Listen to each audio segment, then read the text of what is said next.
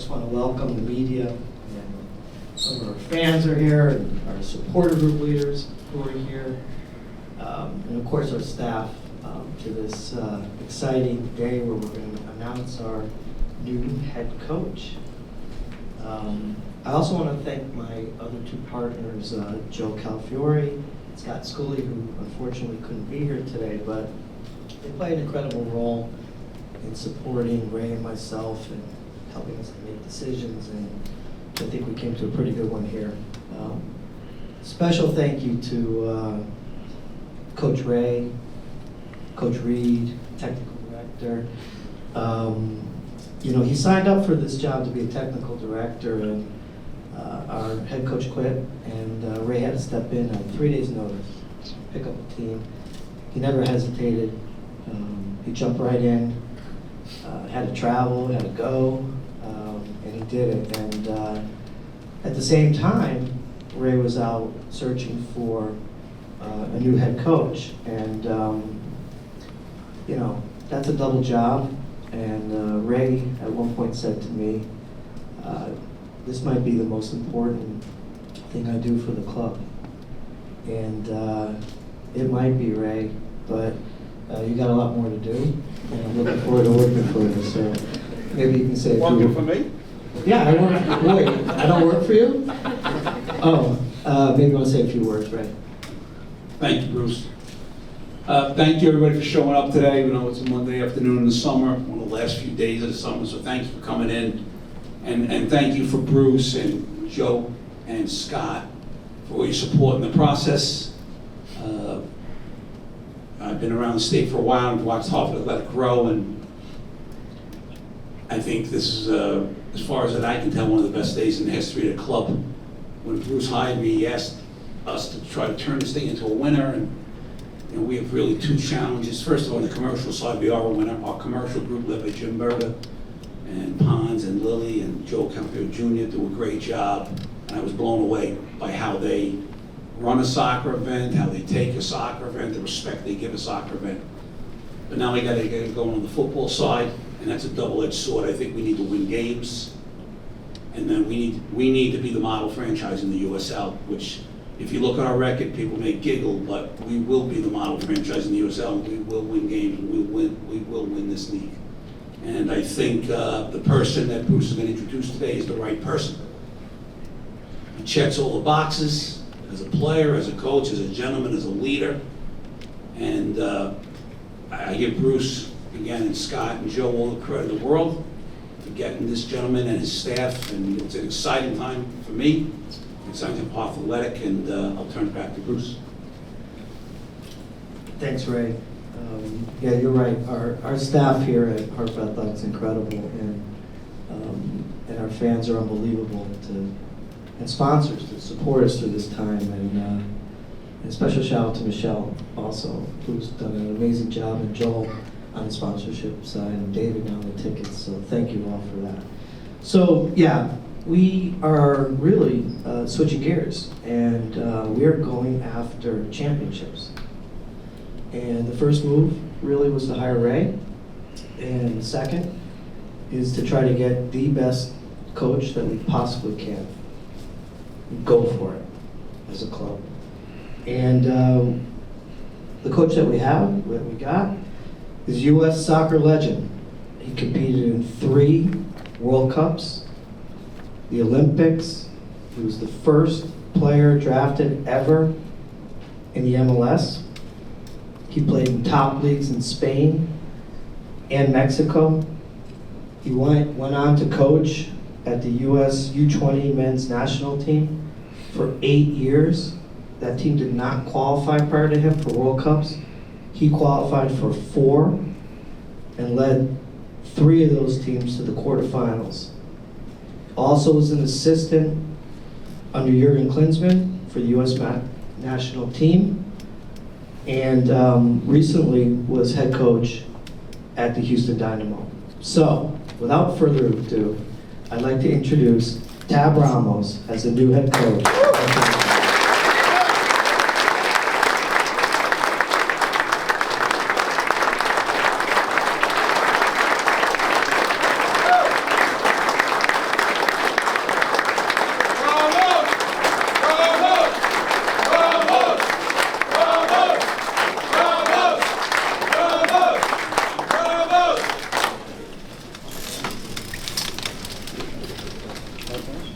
Okay, thanks. All right, so first of all, thank you so much for the reception. This is amazing, really. I'm extremely happy to be here. There's nothing like going somewhere where you're really wanted. And I think the relationship we've built with Mr. Mandell and with Reid over the last couple of months has really been a great thing for me. It's been a learning experience for me, and I've had a chance to learn about you, about the club, about who we are as a club and where we want to go as a club. Having said that, I'd like to thank Mr. Mandell for providing this opportunity for me. Same with Reid. This started with what seemed to be a harmless lunch in New York City a couple months ago, and here we are. Very happy to be here. Thank the rest of the ownership group, Joe Calafiore, who couldn't be here, but they're all people who have put in a lot of time into, I don't want to say convincing me to come here, but in telling me the story about this club and telling me the story of where we want to go. There's a lot of work to do, but I'm very excited about it to get started, and thank you very much for having me.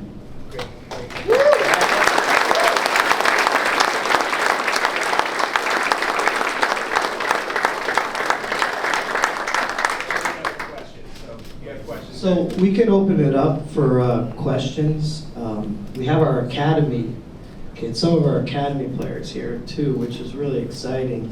So you guys will have to ask questions too, all right, guys? But any questions out there? Jason York from Moving Soccer Journal. So going through that luncheon and just taking it on lark, what excited you about this project the most? I think most the commitment.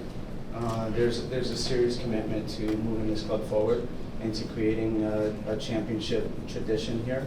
And I think that's something that I'd love to be part of. I like working on projects. When I took over the youth national team, we had just, as it was mentioned before, we had just not qualified to the U20 World Cup. And the first thing we did there is to try to create a culture, a winning culture, and that starts with the mentality of the players and convincing the players that you're there to win, not to just qualify. And eventually we qualified for 4 straight World Cups, but more importantly, I think we became CONCACAF champions, something that we had never done. And the existence of U.S. Soccer had never won the U20 championship, and we went on to win 2 championships in my last 2 cycles. Not because of me, but because of the culture that was created, where nothing less than the best you can do is accepted. And most of the time that will lead you to good things. Was it important too that this was going to be a ground-up concept, that there's going to be additional investment in the academy and having it be something that goes from, basically from, the beginning to the end, where there's a progression to, path to professionalism here? I don't want to overstep my boundaries in terms of what I can answer, but I am convinced that there's a serious commitment to making this club one of the most competitive clubs in the league and prepare this club to win championships.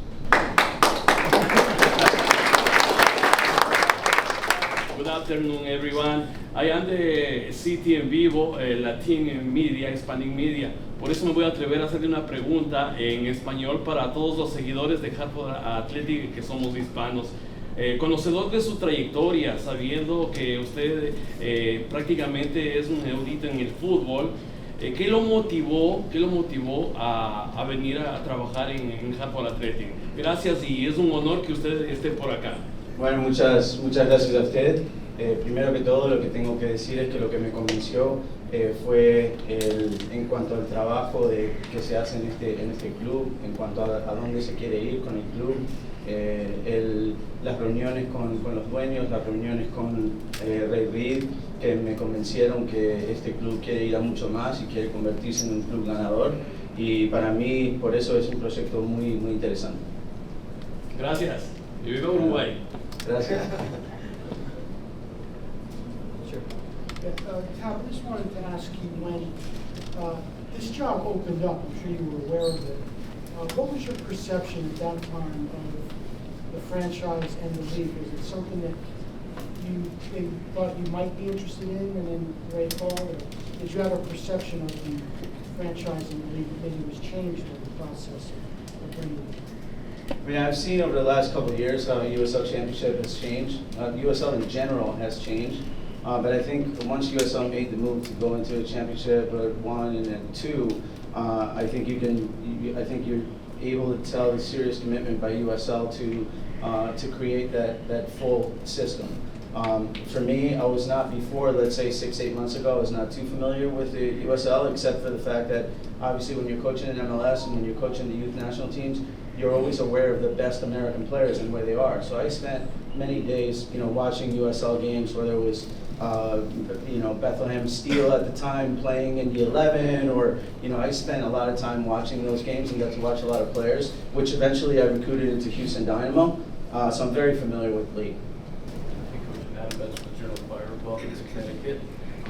My question, you mentioned the process of winning championships, getting the club to that point. Do you feel pressure to get that right away, or do you know that it's going to take some time? It's going to be a process. I mean, first of all, as a coach, you want to win every game. Right. So you always feel pressure to win games. I mean, that's the reason I'm sitting here, so that we can win games. It starts there. It's a little bit of a longer process to just say, okay, well now tomorrow we're going to become a championship club. It takes a little time, but having said that, the pressure is there every day, and that's to be fair, that's one of the things that attracted me to come here, because my last job ended 9 months ago with Houston Dynamo. I spent the last 8 months without coaching, and I really have that itch for coaching and being on the sideline and having that pressure and that expectation to win games. That's something that, when you're competitive and you live in the competitive world your whole life, as I have, you crave that. And this club and people here have provided this opportunity for me, and I don't plan on letting them down. Are you looking forward to the atmosphere at Dillon Stadium? Obviously, as these guys behind me can attest, it's a unique place to play and coach. Are you excited for that? I'm very excited about that. I thought even Saturday night, I thought the atmosphere was amazing at the stadium. There's such great supporters here, and to be fair, there's, and obviously I've been in MLS for a long time. Not every MLS club has this type of support, and so I think, considering where the club is this year, seeing what happened Saturday night for me is a clear indication that the people here crave for more. I guess my question, Ray, when you discussed your timeline for this club and how you wanted to build it, how did you talk to Tab? How did he fit into that paradigm that you sort of laid out for how you wanted to build this club from the back out? To be truthful, when I retired from UConn in December, I called Tab and I really wanted to pick his brain because I thought at the back of the coaching at some level on all the success with the 20s.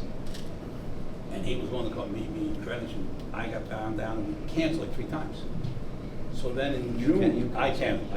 So then in June, I called, and I wanted to meet him, brain, not the coach, but his brain, and I did not know at that point, this was early June, what Coach Watley was going to do.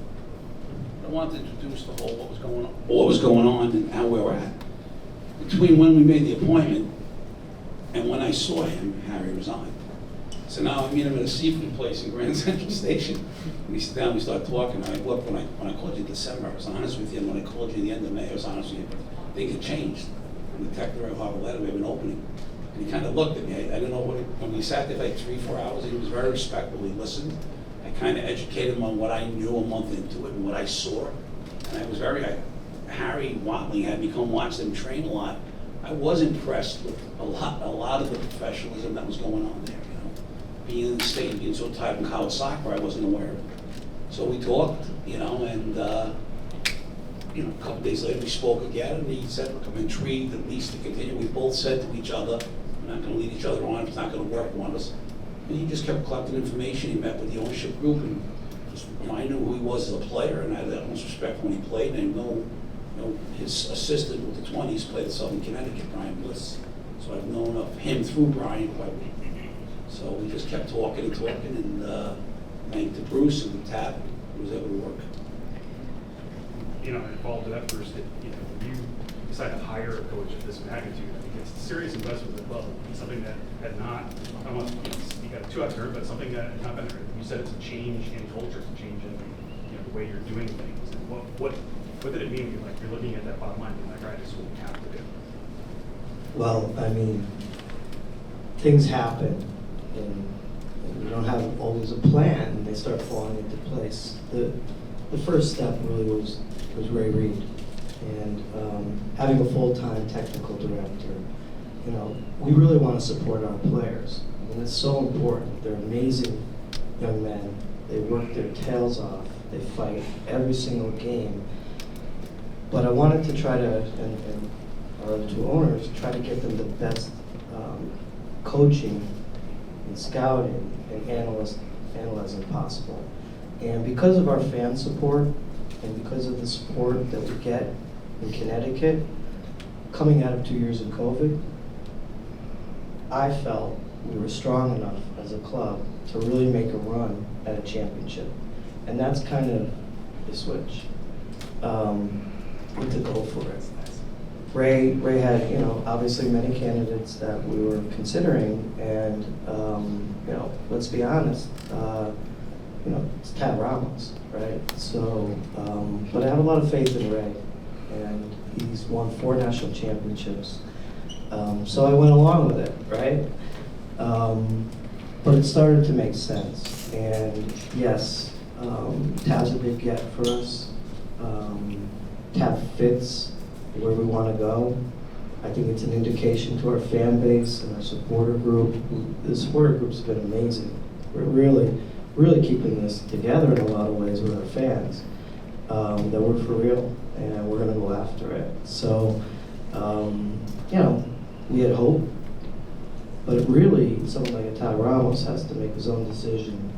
He has options, and we were straightforward. I think having Ray here, I don't want to speak for Tad, but probably gave him some confidence. And it all came together, and here we are today, kicking off. Tad will start on September 1st. His first game will be September 10th at home.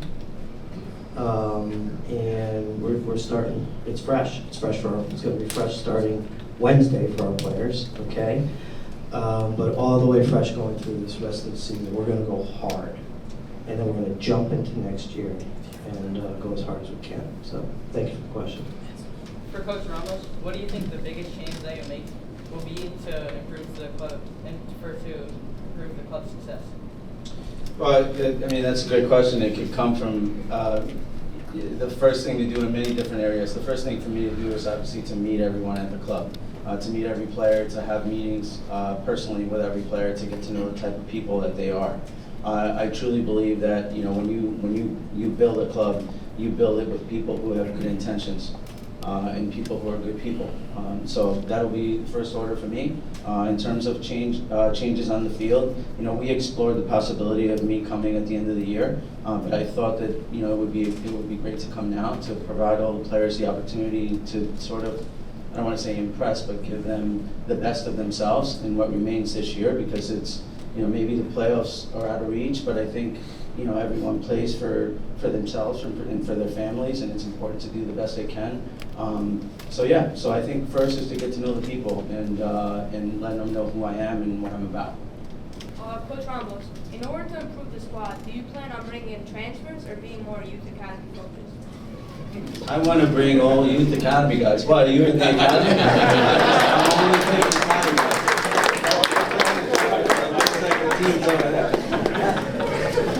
No, it's obviously a good question. I have sort of a little bit of a history for bringing players up, to play with, with the big boys. And I think for those of you who earn the opportunity will be there and it will be provided. But at this point, I can't make promises whether that will be 1 or 20 or none, because that depends on how well you do.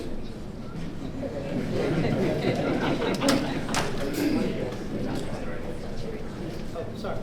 Coach, kind of piggybacking off of that, do you think this job and this type of league suits you with your background of developing players? You're dealing with a lot of younger guys as opposed to the MLS. Yeah, of course, but I think to be fair, this happens at all the clubs in the world. If you're not a club that's willing to develop your own players on top of having a good first team, you're sort of falling behind in times. And I think we're taking a step forward here into being that type of club that we need to be. Ok, tengo otra pregunta para la comunidad hispana. Usted sabe que los hispanos somos casi apasionados para el fútbol soccer. No sé si usted ha podido ya chequear la nómina que tiene y qué probabilidades ve y en qué tiempo cree que podamos tener a Hartford Athletic como campeón. Perdón por la presión. No, bueno, eso es, creo que primero que todo, para contestarle la última pregunta, creo que es muy difícil poner un tiempo a cuándo se va a salir campeón, ¿no? Eso nunca se sabe, ojalá que lo antes posible, para eso estamos. En cuanto al resto, para mí ha sido un honor, en realidad toda mi carrera como jugador y como entrenador, el representar la comunidad hispana. Siempre, no solo yo, pero Marcelo Balboa, un montón de otros hispanos, hemos contribuido a representar la comunidad hispana y sabemos lo importante que es la comunidad hispana en todos los estadios de este país, así sea USL Championship o MLS o cualquier liga. Sabemos la importancia que tienen y para mí estoy esperando conocer los aficionados hispanos de este club. Gracias, muy amable.